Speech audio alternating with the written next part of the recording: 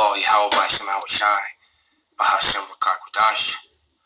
Double honors unto the apostles and the elders. Salutations to all my fellow laborers doing this work in truth and sincerity, risking their lives and their freedom to do so, now more so than ever. To the scattered elect that are scattered around the four corners of the earth, that be like unto the speckled bird, the Israelite foreigners, and to the Akwath that are listening and learning, to you I say Shalom.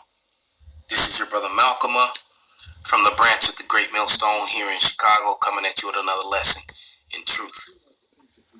And this video is called Louis Gohmert Suggests Federal Agents Were Behind Capitol Attack. And he's not just going to suggest it, he's actually going to present evidence that they more than likely were. And so I'm going to play this video. I'm going to try to play it uninterrupted, but I want to read a couple scriptures before, because basically what's happening is you're witnessing the downfall of Esau Edom. You know, they've been made bare. Matter of fact, let's grab that. There's no more wisdom in teaming, man. These people have been made bare.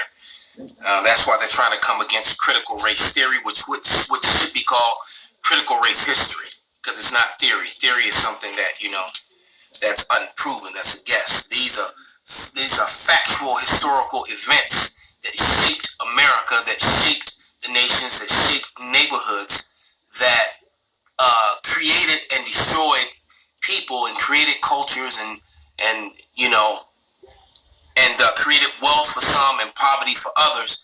And you have groups of mainly Americans that look like him, that want this taken out of school. They want history removed from the things that they did, because now what's happening is Esau Edom is being bombarded with the truth about his past, and it's being taught to his children. And his children, they say as early as 5 years old. Well, you know, the scriptures did say that that the children would complain of ungodly fathers. And that prophecy, remember the scriptures are manyfold, and now that prophecy is talking about Esau Edom. They are ashamed of their forefathers and what they've done. All right? But they're not too ashamed, because you don't have all these Edomites that have millions and billions that they've inherited of stolen land, stolen property, companies that were built upon slave labor, and et cetera, et cetera. They're not giving those companies back or giving, you know, so they're not too sorry. But this is Jeremiah 49:10, and it reads, "But I have made Esau bare. I have uncovered his secret places, and he shall not be able to hide himself.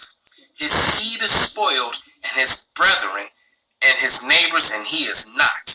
All right, so it's a wrap for them, man. That, you know, it hasn't gotten so drastic where they're not anymore, but it's in the midst. It's in the middle of happening. So I'm going to talk about a vantage point of three prophets, three disciples, who all saw and witnessed Yahushai, all from their own vantage points, but they all saw the same thing. So basically, it's kind of like how you got, let's say that you got 3 or 4 witnesses that all witnessed the same thing, but I witnessed the event straight on. You witnessed the event from a side profile. Another person witnesses it from the other side profile, and another person witnesses it from the rear. But we all see the same event. Now, everyone's story is going to be different, but yet the same. All right? And they match up. So that's something that the Hebrew Israelites, we call that precepting. Christianism and their leaders like Vocab Malone, Dr. James White the Edomite, they call it Hebrew hopscotch. So let me run to a scripture real quick. I'm going to read Mark 3:25, and it reads,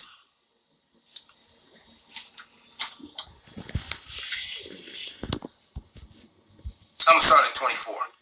"And if a kingdom be divided against itself, that kingdom cannot stand. And if a house be divided against itself, that house cannot stand. And if Satan rise up against Satan, rise up against himself, and he be divided, he cannot stand but have an end. And Satan is a man. As a matter of fact, before I play it, let's just shoot over to Isaiah, the 14th chapter, 12 through the 16th verse, just to prove that for anyone who might be new or some Christianism person jumping on. You know, you always got some person that's new, either for the positive or the negative, but to make it clear that what we're saying is absolutely true, we're going to go to the scriptures. So yeah, that's Isaiah 14, and we're starting in verse 12, and it says, "How art thou fallen from heaven, O Lucifer?" Wonder how a Greek word got into